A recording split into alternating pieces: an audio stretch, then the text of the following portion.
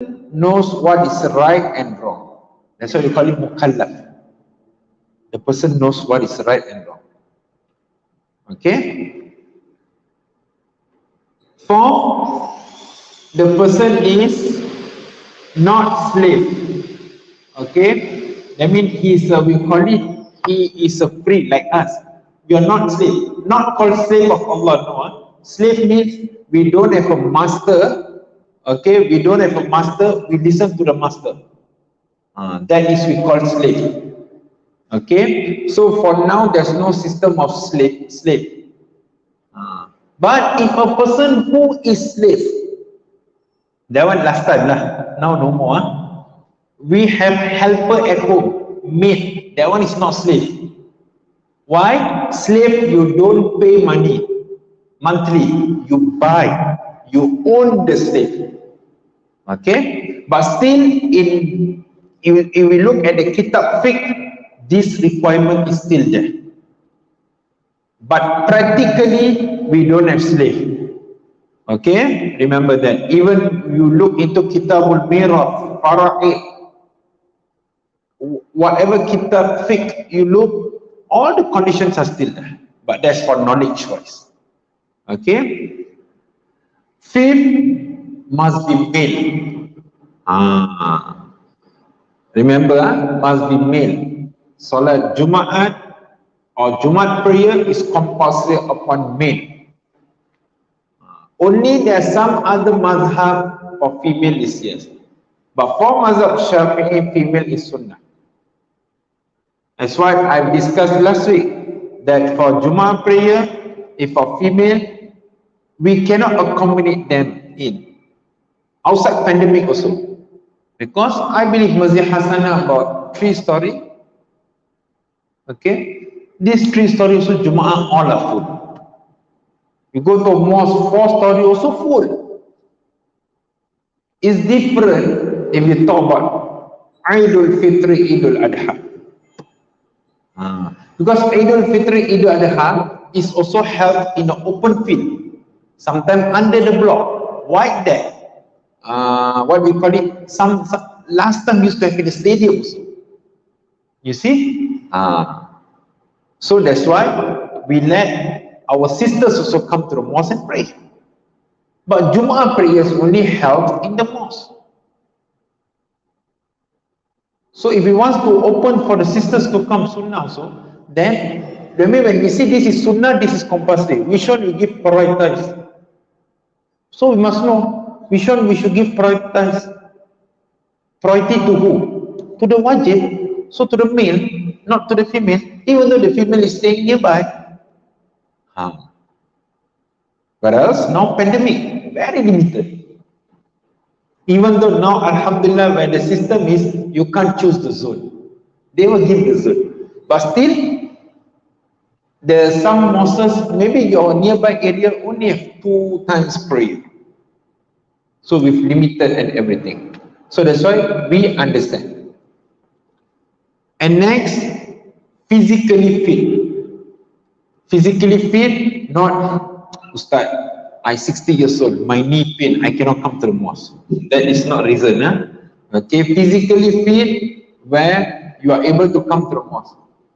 I have seen there are some elderly person or maybe young person, our brother, Muslim brother, have stroke one side, but still can come to the mosque.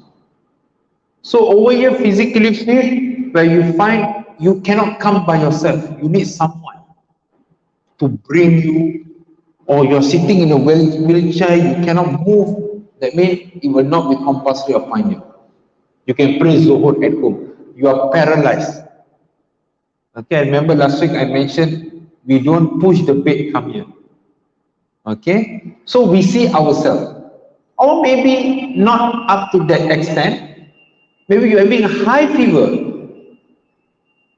Talk outside pandemic, not COVID, outside COVID.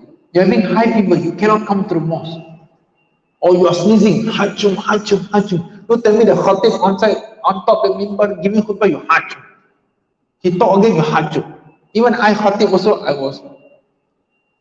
You're disturbing me. Even the imam reciting hachum, hachum. It's a distraction. So you see, so when we see we really not feeling well, don't come. Now pandemic, that one is really, you test yourself, you know, because we don't want to spread the illness. Even though it's compulsory, see, Imam Shafi, he has put the rules, condition.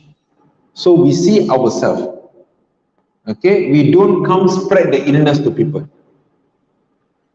And the seventh one is, you are a person who is residing in the country. That means mukim. Like all of us, Singaporean. But our brothers who are from Bangladesh and other countries, if you have been staying here for more than 3 months, let's say, so you also consider as mukim also. You're not a musafir. Or 1 month, 2 months, you're staying here, consider mukim. Okay? Oh no, I'm not Singapore citizen, so I'm not mukim. Unless you stay here for 1 week, 2 weeks, then you go out. Then you are musafir. With the requirement you fulfill. If not, mukim. So mukim means you need to pray Jumu'ah prayer. If those who went for Umrah before, especially Haji, those who went for Hajj before, you can recall back from Mecca, you go to Mina. You are in Mina for about 1 day, 2 days before you go to Arafah. So if you are in Mina and it's on Friday, you don't go through mosque to pray your Friday prayers.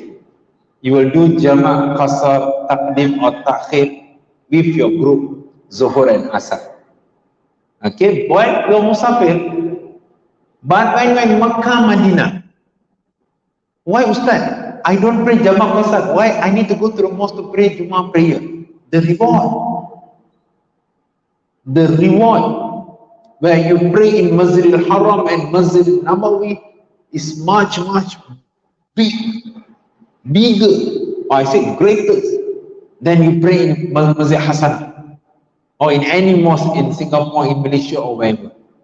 So you see, so that's why we don't use this Jama' Qasar system when you go Umrah, when you go Hajj, if you're in Makkah, Madinah. But you are in Mina because of some distancing and everything, there's some issue, reasons and everything, we use Jama' Qasar. So this is why, and maybe we go overseas. Last time we used to go KL and everything. But if I want to do my Jummah prayer, can or not? Can. It's not say cannot, but it's a flexibility has been given to us. Rukhsah. Okay? In order for you to perform Jama' Qasar, you must fulfill the requirement of Musafir. That one we will look into when we come to the topic. Okay? So that was our last week's discussion. So this week we will go to conditions which make your salat valid. Just now was upon who the salat is compulsory. That means it's a human. Upon who? Now, how salat? Like we say just now, we pray Maghrib. Our salat must be invalid. In order for our salat to be valid, we need to take wudu, we need to recite Fatiha. There's a rukun salat, 13. Besides wudu, there are 13 arkan salah. But now, salat Jumu'ah. So in order the salat Jumu'ah to be sah, to be valid, so how? Okay, so one of the thing is, in Mazhab Shafi'i, the total congregation must be 40 people.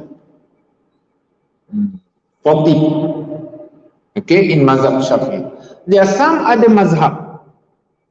Okay, some other mazhab, 4 people can. Some mazhab exclude, for some views of scholars exclude the imam. Some imam is included. There are some 30 jama'ah can pray. Okay, but in Singapore we follow Mazhab Shafi'i, so we stick to 40. But mosque is normally more lah. Alhamdulillah. But there are cases. Okay, there are cases, there are some places. That's why when we see even certain places when you want to apply to have Salat Jumaat, okay, like some of the like Jurong Island, okay, so they have more than 50 people over there, and they have a Muslim society over there, and they have Salat Jumaat over there. One of the what they call it, the car park, where they do perform their Salat Jumaat over there. So you see, so remember, so must be 40. Let's say if there's less than 40, with a valid reason, and the reason is valid, okay, then we can consider of looking into another views of scholar. That's case-to-case basis. Like in prison, I 1 month once, 1 month twice, I'll go there for my conduct Friday prayers. I ever conducted Friday prayers, I only have 5 Jama'ah. But this is a special case. Okay, so we use the view of other scholars. That is the hikmah behind khilaf. The al-khilafu huwa rahmah. It's a mercy. So now say, oh, only 5 people, Salat, no Salat Jumaat, Salat Zuhur. Let's say that is a fixed group, because they will segregate. This special group, you will be like this. That means 5 years, they are like that. Then don't tell me 5 years they don't get Salat Jumaat. So you see, that's why we call it, we look into case-to-case basis. That's why we need to understand the views of scholars. Okay, but in a norm, in a general, 40. Okay, and followed by Salat Jumaat must be conducted during Zuhur time. If it is conducted other time, then it is not valid. Then that is not valid. Because Salat Jumaat, Jumaat prayer is substituting Zuhur prayer. Is replacing Zuhur prayer. Now, the first slot Azan is called before the Zuhur prayer. So that is a view of different scholars, where the Fatwa Committee have made decision where it is a need to practice during COVID time in Singapore, because one of the reason, one slot to another slot, they need time to clean and everything. When come to the third slot, when they finish everything, it also take up the staff time. Staff need to do other things. Staff need to take their lunch. Staff need to get ready for Asar prayer.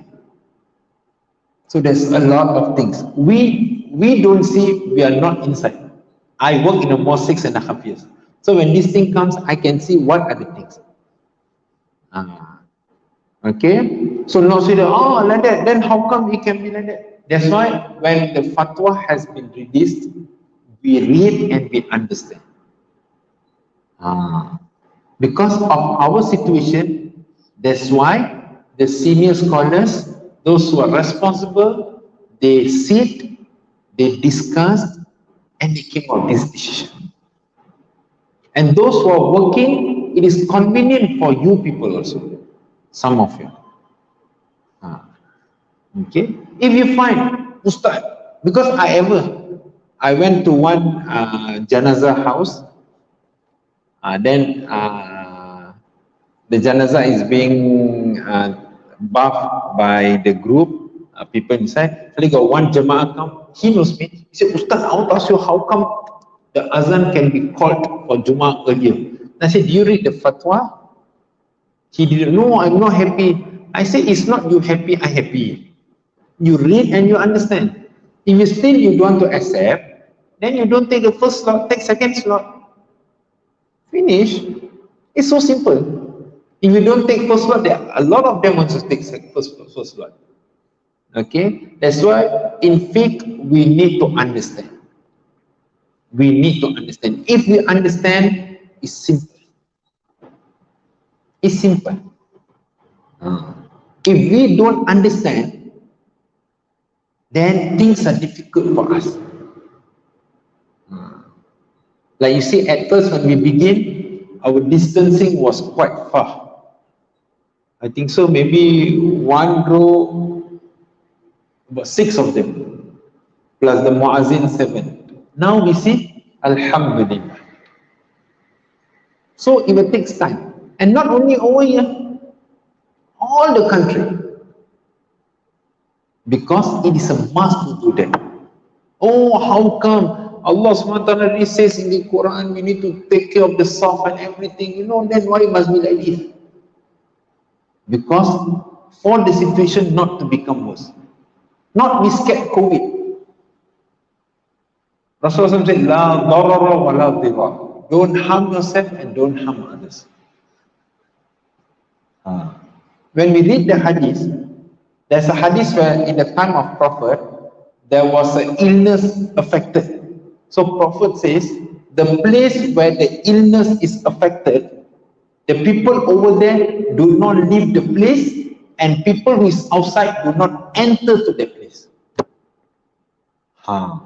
So now, for COVID, we are having quarantine, stay home notice. Actually, all these things are sunnah of Rasul. This is how Rasul taught us. So we separate from that group so that we get well, then we go and mix up. We don't spread. We don't harm ourselves and don't harm others. This is how Rasulullah taught us, don't spread. So see, Alhamdulillah, now things are getting better and everything is there. Even though the number is high, we can't do anything. But Alhamdulillah, still we are safe. Sooner or later, I believe that COVID will be nothing. Like now, people get COVID, 7 days stay at home. You take antibiotic, everything, Alhamdulillah, because you're really fully jet. So you see, last time people get COVID, it's life and death matter. Now it's like, COVID is like nothing. People now get COVID, Alhamdulillah. 7 days later, okay, I got my couples. Ustaz, I get COVID, so I change my nikah date. Okay.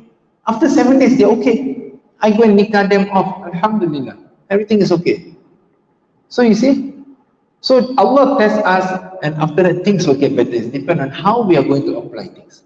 So the same thing goes for Salah Jumu'ah.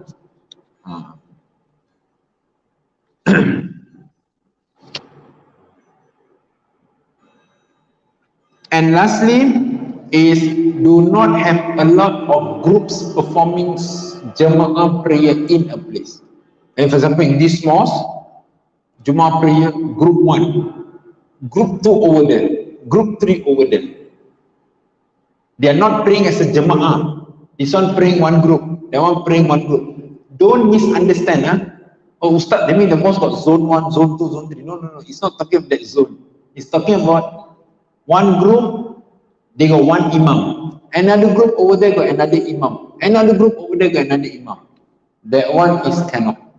That means your Salat Jumu'at will not be valid. In same timing. That also goes to normal. For example, now the imam is conducting prayer. Another person come, oh, I don't like this imam. Come, we pray behind. I be the imam. You are not allowed to do that.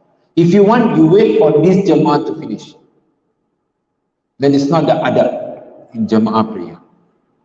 Unless the one who lead the prayer, his recitation is really very bad. His makhraj and huruf, everything is very bad. There were scholars says if you are praying together, you can separate yourself from the Jama'ah. Or you come, you see, oh, this imam, his recitation no good. Then wait for the Jama'ah to finish. Not you do another Jama'ah behind. Then are you going to challenge? Sometimes this thing will happen. Sometimes the imam here is doing his virid, another group pray behind. The Allahu Akbar, Bismillahirrahmanirrahim. Then the imam also raise the voice in zikr. he also raised the voice, like become competition. I haven't seen a lot of mosques, things happen. So we must understand where's the adab. You are praying Jama'ah prayer, the Imam is doing his last part, zikir, doa. If the place is small, let the Imam finish first.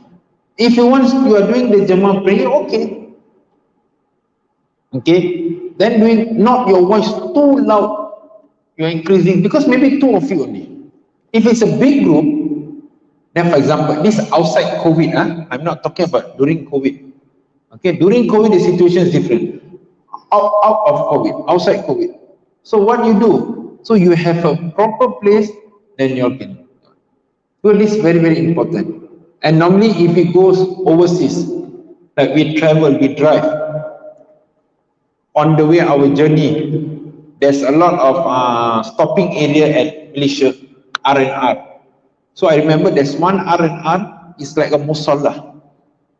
Normally when you go, there's a lot of groups praying by themselves. Sometimes very sad to say. Even though you are doing Jama' Qasar, a group is praying, you join them. So then you know how to amend. If you have knowledge, you will quickly join them. You know how to do. If they are doing, let's say, this is the last rakat, when they give salam, then you will wake up your second rakat. You see, normally those who are there, they are all travelers. Okay, they are no mukim. So normally all who pray over there will be mostly is Jama' Qasar. Okay, so these are the conditions, very important for us to remember. If not, our salat will not be valid. So inshallah, next week we will discuss on the Fardu Jum'at, okay, and inshallah Rukun Khutbah. Okay, then after that we will go to the adab. After adab, then we will discuss back what the hadith in Bulughul Maram discuss about Salatul Jama'ah. Okay, wallahu a'lam bisawab. Inshallah, Allah wills, we will meet again next week, same timing. Thanks a lot for your time. That's the end of discussion by Saling Tasbihah for Rasulullah to us. Subhanakallahumma bihamdika ashhadu an la ilaha illa anta astaghfiruka wa atubu ilaik. Bismillahirrahmanirrahim. Wal 'asr innal insana lafi khusr illa alladhina amanu wa 'amilus salihati wa tawassaw bil haqqi wa tawassaw bis sabr. Aqulu qawli hadha wa astaghfirullah al-azim li wa lakum wa billahi tawfiq wal hidayah. Wassalamu alaikum warahmatullahi wabarakatuh.